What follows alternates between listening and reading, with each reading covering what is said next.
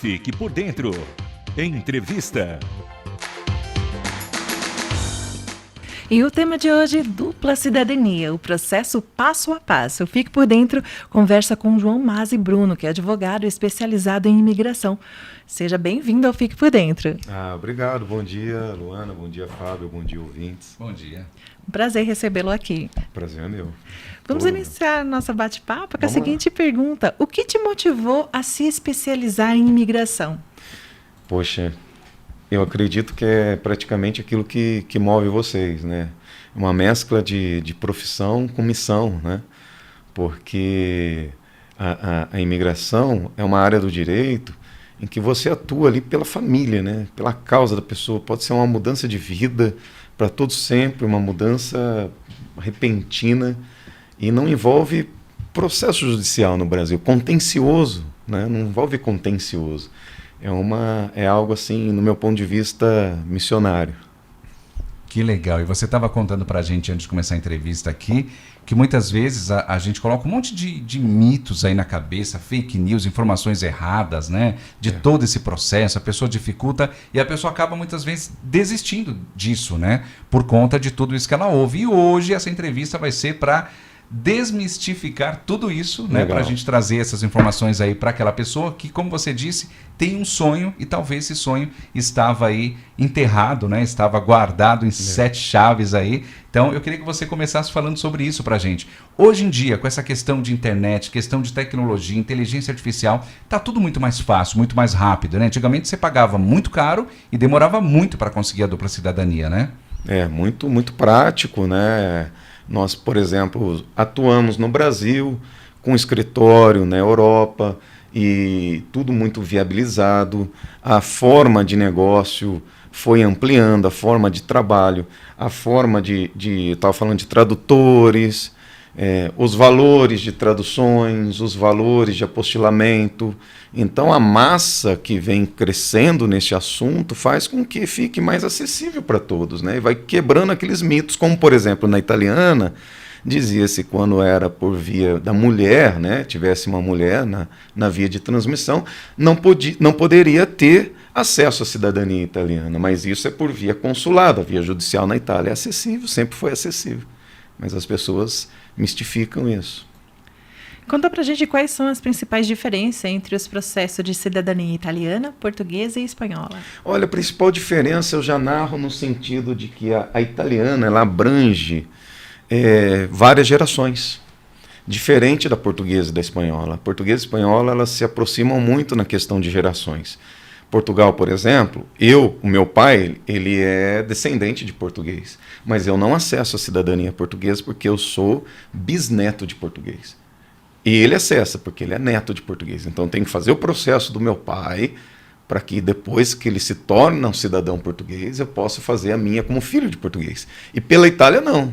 Eu sou trineto de italiano, né? E eu posso acessar. Meu filho, tataraneto de italiano, ele pode acessar a cidadania italiana, né? E igual modo a espanhola, como você perguntou também, ela se estende a filhos, se estendia a netos estando lá, porém, pela necessidade que há na Europa de trabalho de pessoas, de jovens, eles ampliaram a legislação deles para que atinja até bisneto de espanhol, até outubro do ano que vem.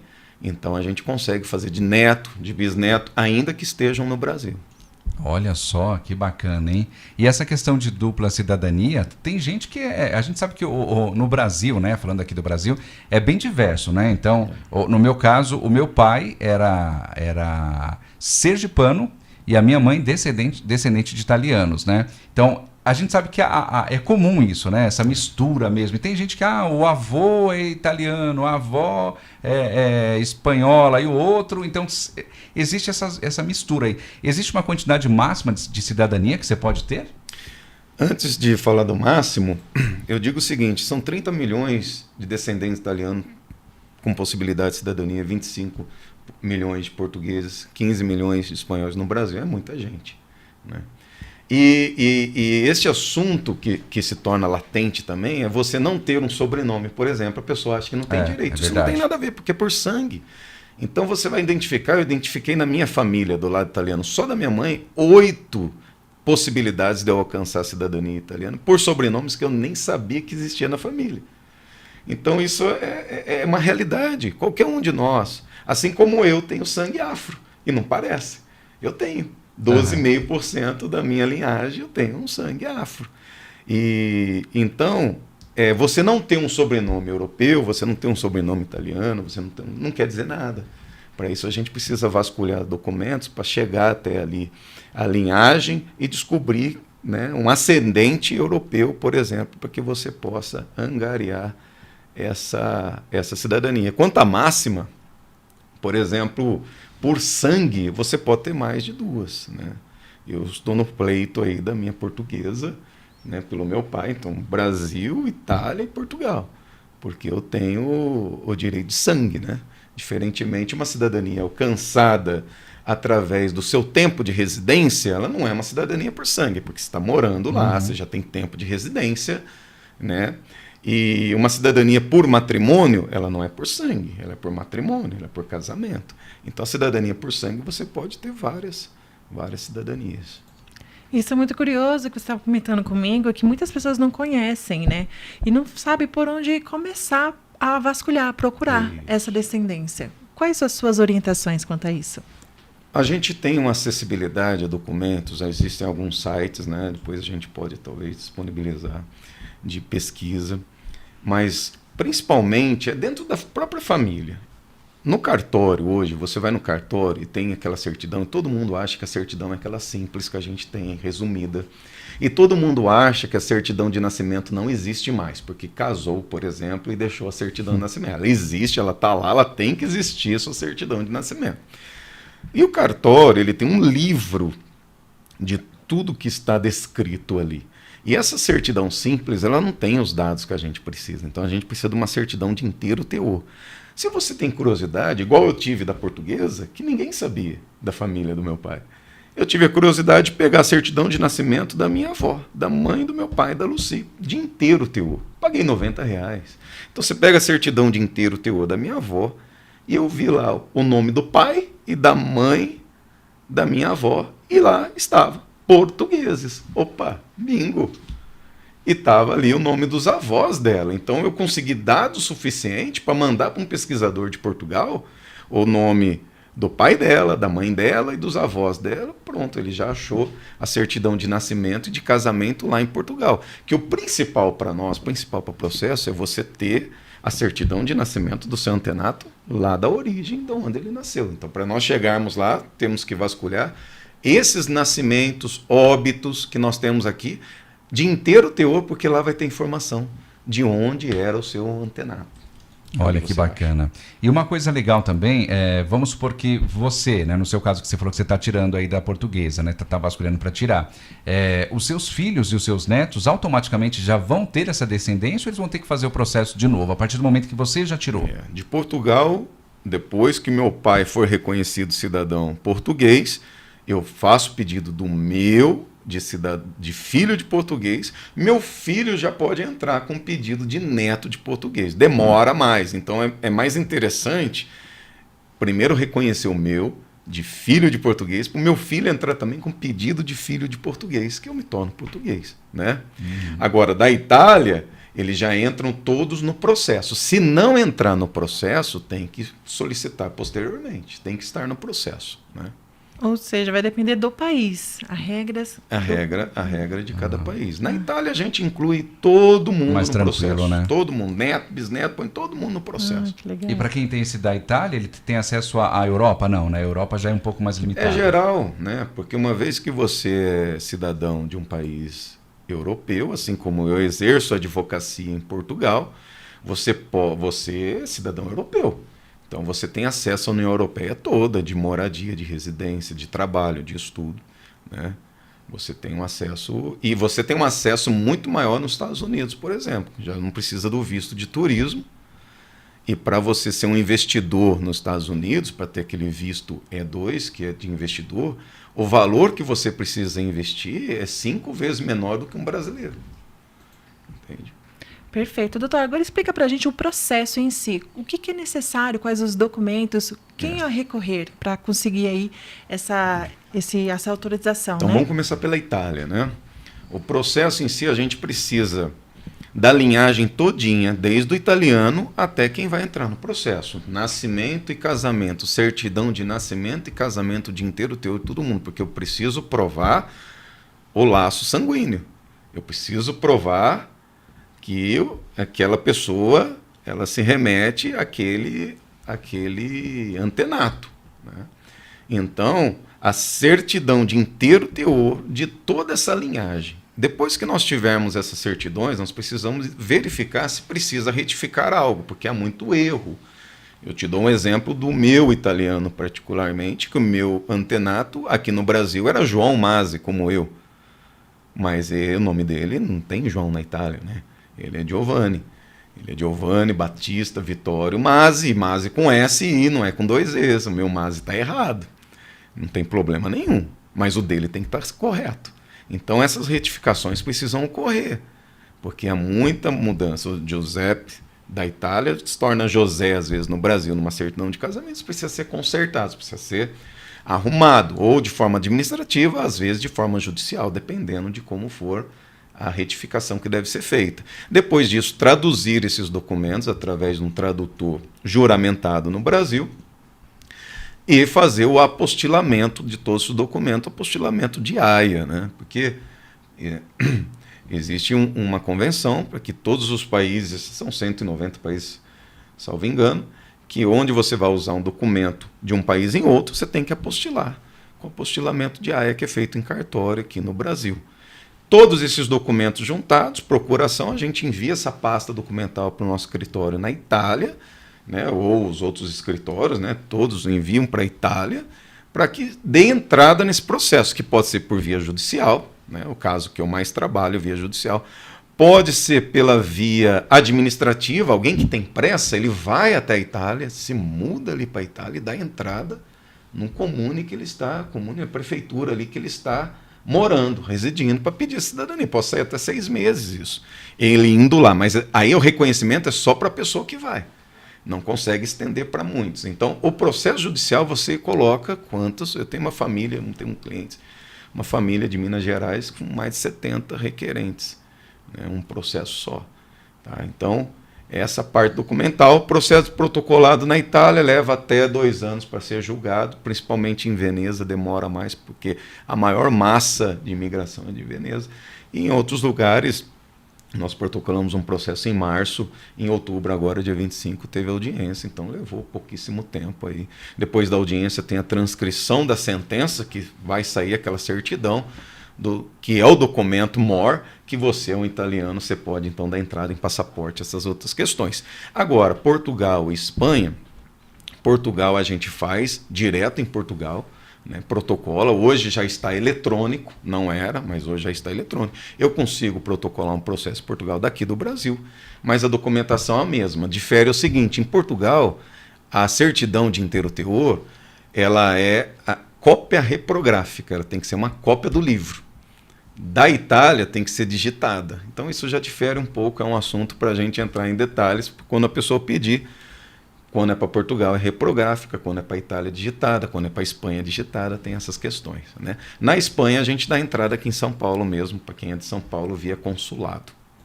Tem uma pergunta aqui da Cláudia de São Paulo, ela quer saber o seguinte: achei nos registros do Museu do Imigrante, olha só, o dia e nomes de todos do dia que minha avó chegou no Brasil, com seus pais no Brasil, né? Mas não tenho certidão de nascimento deles. Será que conseguiria esse registro do museu e uma via da certidão de óbito deles? Eu, pelo que entendi, ela quer dizer se ela consegue a certidão lá da Itália, né? Provavelmente. Provavelmente. Né? Uhum. E esses dados de museu, eles são muito importantes para essa pesquisa. Muito importantes. Quem encontra tem até o navio que eles chegaram, tudo, né? Já é suficiente para a pesquisadora poder encontrar essa certidão na Itália e fazer o requerimento, sim. Com certeza, esses dados são muito importantes. Tá? Temos aqui a participação do Guilherme, né, dos Estados Unidos. Ele está falando assim: sou residente permanente dos Estados Unidos. Sou nascido no Brasil, né, bisneta de alemães. E atualmente sou residente permanente nos Estados Unidos, ou seja, farei a prova da cidadania para me tornar um cidadão. Pergunta: para eu solicitar minha cidadania alemã, seria mais fácil por aqui ou pelo Brasil? Ele está nos Estados Unidos, né? A questão da Alemanha ela é um pouco mais complexa, tá? Mas, no meu ponto de vista, né, eu já trabalhei com cidadania alemã através de uma amiga, né, que faz parte da ABA, que é a Associação de Advogados Brasileiros no exterior, e ela trabalha com cidadania alemã, mora na Alemanha, e, no meu ponto de vista, pelos Estados Unidos, é a maior acessibilidade dele, tá? Do que pelo Brasil. Inclusive, falando dos Estados Unidos, esses dias uma americana nos procurou para a cidadania italiana, em virtude da dificuldade que ela tem como missionária de adentrar em alguns países como americana. E a gente já vê a importância da cidadania, porque você tem outro passaporte, que às vezes você está entrando num país de risco, por ser de determinado país, que já se torna mais livre quando você está num país que é mais imparcial, como a Itália, por exemplo. Bom, seguindo no passo a passo, né, que é o tema aí do programa, acho que é importante a gente falar agora um pouquinho sobre os valores, né? Assim, é a questão do pagamento desses valores, né? Então a gente chegou no processo a pessoa vai entrar em contato com você vai fazer todo esse processo de documentação jurídico.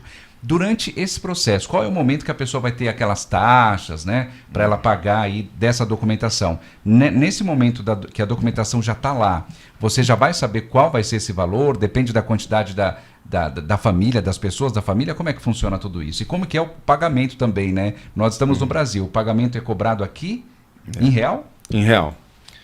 Ele é determinado, né, no italiano ele é determinado em euro, né, porque o escritório de lá, o processo é protocolado lá, mas a fonte de pagamento em real, mas com a conversão do euro, né? Então a gente vincula muito aí a questão da alta e baixa do euro, impacta bastante no valor do seu processo, né? Vai demandar, principalmente no começo, que a pessoa precisa emitir todos os documentos. Não tem como emitir aos poucos, porque tem validade, então tem que emitir os documentos. Aí vai depender do número de pessoas que está no processo, mas quanto mais gente tiver no processo, estou considerando a italiana pelo grupo de pessoas que pode entrar. Fica mais em conta. Porque você pensa, hoje uma certidão lá na Itália, de um documento italiano, custa aí de 200 a 300 euros, para que eles possam pesquisar, emitir, apostilar e enviar para nós. Por que enviar? Porque se tiver retificação, a gente precisa dele, do original. Então, fica de 200 a 300 euros. Se você está num grupo de 5 pessoas, são 5 pessoas para pagar esse documento. Você não vai estar sozinho, né? Então, estou considerando aqui 5 pessoas. Tem processo com mais pessoas, mas estamos considerando 5 pessoas. Aí vocês vão emitir desde o italiano até chegar em vocês. Então, aquilo que é igual entre os familiares, o que é igual? Dos avós em diante para cima, é igual. Você vai dividir com todos. Aí os seus você vai pagar. Pronto, você fez aí... Aí vai ter retificações. A retificação ela tem um custo à parte, porque não é todo o processo que tem retificação. Sim. Então você vai ter um custo à parte. Mas você pode fazer retificação por conta. Você pode chegar no cartório e pedir retificação. Não precisa ser advogado para pedir retificação. A não ser que o cartório fale, olha, essa retificação, por ser mudança de nome, tem que ser judicial. Aí a gente tem que entrar com uma ação aqui no Brasil para fazer essa retificação, que leva até 6 meses. Em alguns casos leva pouco tempo. Fiz de um missionário recentemente, até o pastor Paulo de Atibaia, levou 9 dias esse julgado para sair acerca da retificação dele. Foi algo maravilhoso, esplendoroso. Depois dessa retificação, você tem a tradução, é uns 110, 115, 120, depende do número de documentos por documento. Então você vai traduzir todos eles, fica nessa média. E eles recebem para fazer, né? É direto com o tradutor. O apostilamento hoje, em São Paulo, é R$ 170 por documento. E a tradução também é um documento que tem que ser apostilado. Mas existem alguns outros estados do Brasil que é menos. Em Brasília, por exemplo, custa R$60 por apostilamento. Diferença, né? Né? Nossos clientes costumam mandar para lá. Sim. Obviamente. A taxa judicial na Itália hoje é €545 por processo. Existe até essa questão, bom você tocar, que a partir do ano que vem pode ser que essa taxa mude e eles passem a cobrar essa taxa por pessoa no processo. Nossa. Né? Que há um interesse deles nesse sentido, de aumentar esse custo do processo. Quanto aos honorários advocatícios, os escritórios, de modo geral, eles fazem parcelamentos, eles parcelam. Eu acredito que hoje o impacto menor é o de honorário, porque você tem esse parcelamento. E como o processo leva aí nos seus 1 ano, 2 anos, o pessoal costuma parcelar dentro desse tempo, porque o cliente está ali trabalhando junto, né? Agora, no de Portugal, vai se levantar os documentos, parcelamento também com relação ao honorário, e você vai pagar a taxa na hora de protocolar o processo. Lá em Portugal é mais barato, só que é por pessoa. Então é €175, né? Se for cônjuge é €250. Se for filho de português menor de idade não paga nada. Então tem essas diferenças e essas questões. Que legal. Ficaríamos horas aqui falando. Sim. Tem muita coisa, muito tema, Muita coisa. muita coisa para falar, mas infelizmente nosso tempo é curto e está acabando. Mas antes gostaria de abrir espaço para que você divulgue as suas redes de contato. Ah, sim, eu uso Instagram, muito pouco, preciso usar mais, falta um pouco de tempo, mas é Mazzi ADV, né? Mazzi com 2 E's, MAZZI, ADV. E eu tenho também um site, né, da Mazzi Advocacia, né? www.mazziadvocacia.com.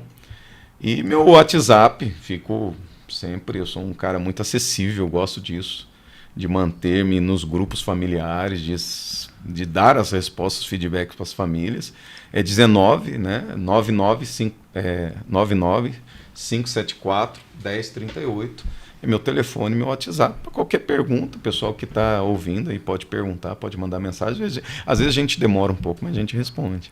Perfeito. E o tema de hoje foi Dupla Cidadania, o processo passo a passo. A entrevista foi com João Mazzi Bruno, que é advogado, especializado em imigração. Mais uma vez, muito obrigada pela sua participação aqui no Fique por Dentro. Eu que agradeço, estou à disposição para outros papos. Até mais. Até mais. Fique por dentro de segunda a sexta-feira, das 8 às 9 da manhã. Curta e compartilhe essa entrevista, que por sinal, Luana, Foi ótima! e muito importante. Até amanhã, gente.